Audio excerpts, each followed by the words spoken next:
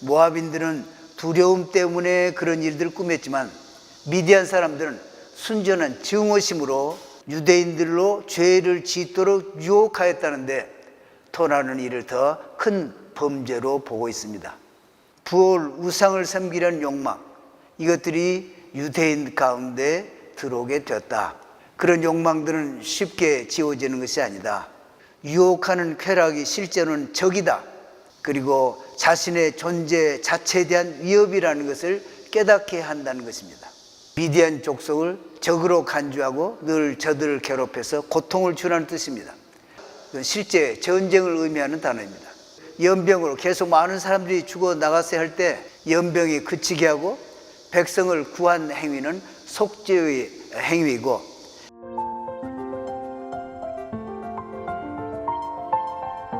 히브리어 성경으로는 제사장 아론의 손자 엘르아살의 아들 비느하스가 순서가 이렇게 바뀌어서 비느하스 아론의 손자 엘르아살의 아들 이렇게 되어 있습니다. 다시 말해서 비느하스가 맨 처음에 나옵니다. 민수기 25장 1, 2절에 보면은 이스라엘이 시딤에 머물러 있더니 그 백성이 모압 여자들과 행음하기를 시작하니라. 그 여자들이 그 신들에게 제사할 때 백성을 청하여 백성이 먹고 그들의 신들에게 절함으로, 그러니까 이스라엘 사람들은 모압 평지 여리고 맞은편에 와서 지금 진을 치고 있습니다. 그런데 어떻게 이런 일이 일어났는가? 발람의 계교 때문입니다. 지난 시간에 우리가 봤죠. 발람을 많은 제물 들여서 초청을 했지만은 발람을 통해 이스라엘 저주하도록 하려고 했던 계획이 완전히 실패했습니다. 그런데 발람이 떠나기 전에 발락에게 하나의 계교를 가르쳐 줍니다. 유대인들은 예쁜 여자들을 좋아한다. 미인들을 그들 가운데 보내어 성적으로 유혹하고 그들로 우상 제물을 먹게 해라. 이런 계교를 가르쳐 준 것입니다. 성도덕은 유대인의 거룩의 기초입니다. 그리고 하나님께서는 부도덕한 것을 용납하지 않으실 뿐만 아니라 오직 이때, 즉 성적으로 부도덕할 때에만 토라는 하나님의 진노, 히브리어로는 아프, 영어로는 wrath로 번역을 하는데, 그런데 발람은 이것을 알고 발락에게 유대인들 유혹해서 타락하게 하라고 충고했던 것입니다. 그렇게 되면 그는 하나님의 진노를 받아 결국은 이스라엘이 망하게 될 것이다 라고 충고를 하고 떠났습니다. 그래서 모압과 미디안 지도자들은 발람의 계교를 추진했던 것입니다. 모압과 미디안 여자들이 향연을 베풀고 유대인들을 초대하여 그들과 함께 술을 마시고 남자들이 성적으로 자극을 받게 될 때 여자들은 긴 치마 속에서 로브로 이렇게 표현하는데 바알볼 우상을 꺼내어서 거기에 절하면은 내게 요구하는 것을 들어주겠다 끈질기게 요구하고 남자들은 결국 자기들의 성적 욕구를 채우기 위해서 우상에게 절하게 되었다는 것입니다. 그 결과로 4절부터 9절까지는 유대인들 중에 바알부올에게 절하여 그에게 부속된 자들로 인해 여호와 하나님께서 진노하시고 백성의 두령들을 잡아다가 태양을 향해 여호와 앞에 목매어 달라 이렇게 명령하십니다.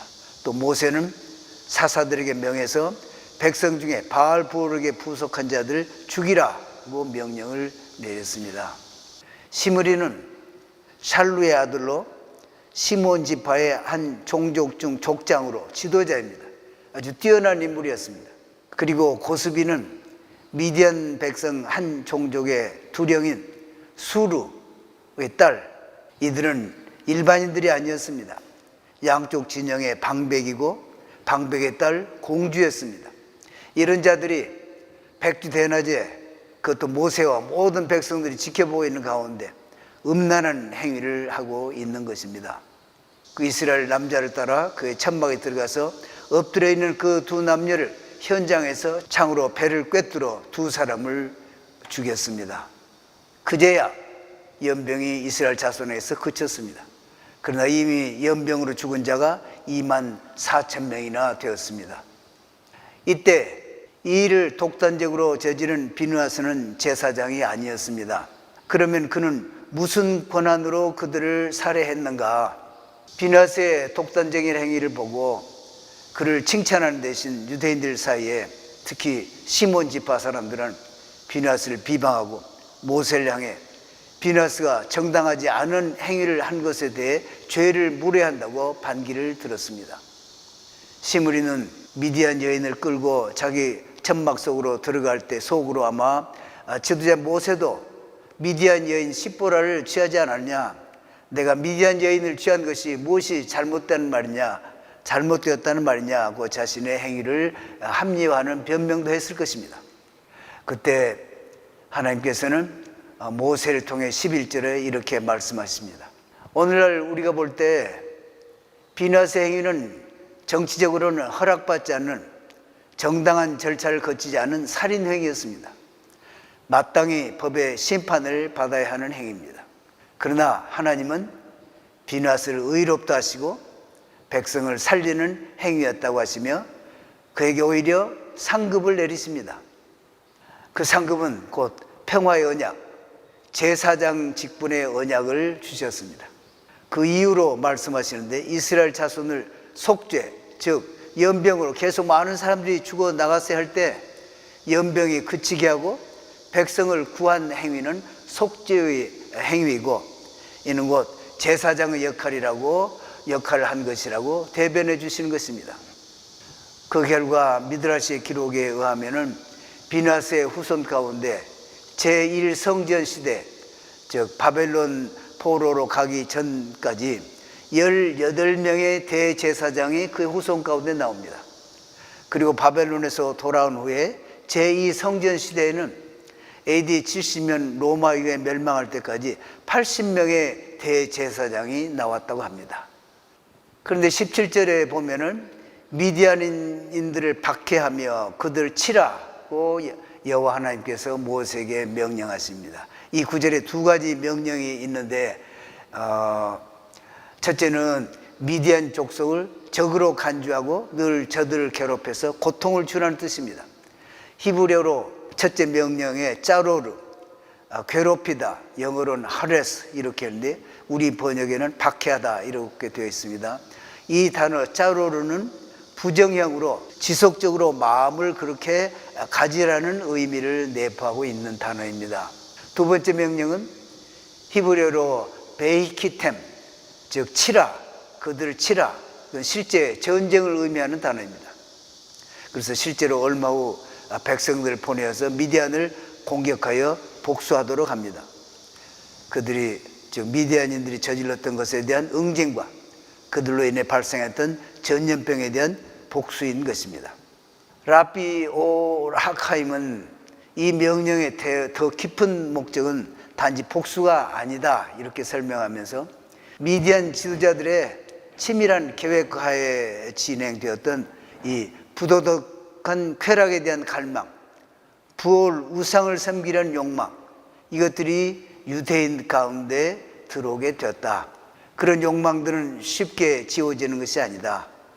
욕정이라는 것이 항상 다시 올라오는 위험이 있는 것과 같다. 그러한 위험을 다스리는 길은 백성들을 이해를 시켜서 유혹하는 쾌락이 실제로는 적이다. 그리고 자신의 존재 자체에 대한 위협이라는 것을 깨닫게 한다는 것입니다. 이스라엘에게 확신시켜야 하는 것은 미디안인들로부터서는 배울 것이라고는 아무도 없다는 것을 백성들에게 확신시켜야 한다는 것을 강조하고 있습니다. 모압에 대한 언급은 없습니다. 왜 그럴까? 실제로 모압인이 주동이 되어서 유대인들을 유혹했었지만 그들은 보복에서 제외되었습니다. 왜냐하면 룻이 나오기 때문입니다. 모압인들은 두려움 때문에 그런 일들을 꾸몄지만 미디안 사람들은 순전한 증오심으로 이렇게 유혹하고 죄를 짓게 했다는 얘기지요. 미디안인들은 유대인들로 죄를 짓도록 유혹하였다는데 토라는 일을 더 큰 범죄로 보고 있습니다. 18절에 너희를 유혹하였음이니라고 결론을 내리고 있습니다. 우리는 역사 가운데서 비나스 같은 인물을 볼 수 있습니다. 영화 신들러 리스트는 많은 분들이 보고 감동을 받았던 영화입니다. 오스타 쉰들러는 1908년 체코에서 출생해서 향년 66세를 살았습니다. 그는 공장을 차려 홀로코스트 당시에 1100여 명의 유태인을 구출한 이스라엘의 친구 중 한 분, Friends of Israel의 전당에 명예롭게 그 이름이 올라와 있습니다. 또 일제에 있던 한국에서 안희숙 여사, 1908년 6월 24일 평안북도 박천에서 태어났습니다. 모두가 일본의 조상신인 신사를 향해 큰 절을 올렸지만 그녀는 자리에서 꿈쩍도 하지 않았습니다. 그 무시무시한 자리에서 우상에게 절하지 않은 단 한 사람 여자 선생님이셨던 것입니다.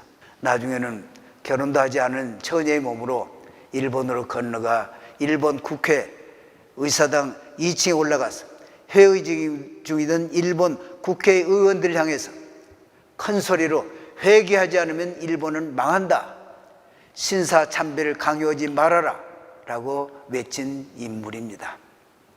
그분이 쓴 책 죽으면 죽으리라는 책을 읽는 많은 분들에게 큰 감동을 주고 있습니다. 한동대학교 초대 총장을 지내신 김영길 박사는 1981년 1월 한국창조과학회를 창립하셨습니다. 과학적 자료를 가지고 진화론은 하나의 가설일 뿐 도저히 성립할 수 없는 것을 드러내고 하나님의 창조임을 증거하는 놀라운 일들을 이루었습니다. 창조주 하나님의 영광을 드러내고 성경의 권위를 높이는 역사를 이루었습니다. 오늘 이 시대의 교회의 상황은 어떻습니까? 한국에서는 WCC, NCCK, WEA에 가입된 교단에서 투쟁하다, 교단에서 탈퇴하고 계속 선포하고 투쟁하시는 교회와 목회자들이 계십니다. 개인에게 다가오는 손실이 클지라도 개의치 않고 진리를 위해 투쟁하시는 분들이 계십니다. 많은 위로와 격려를 보내셔야겠습니다.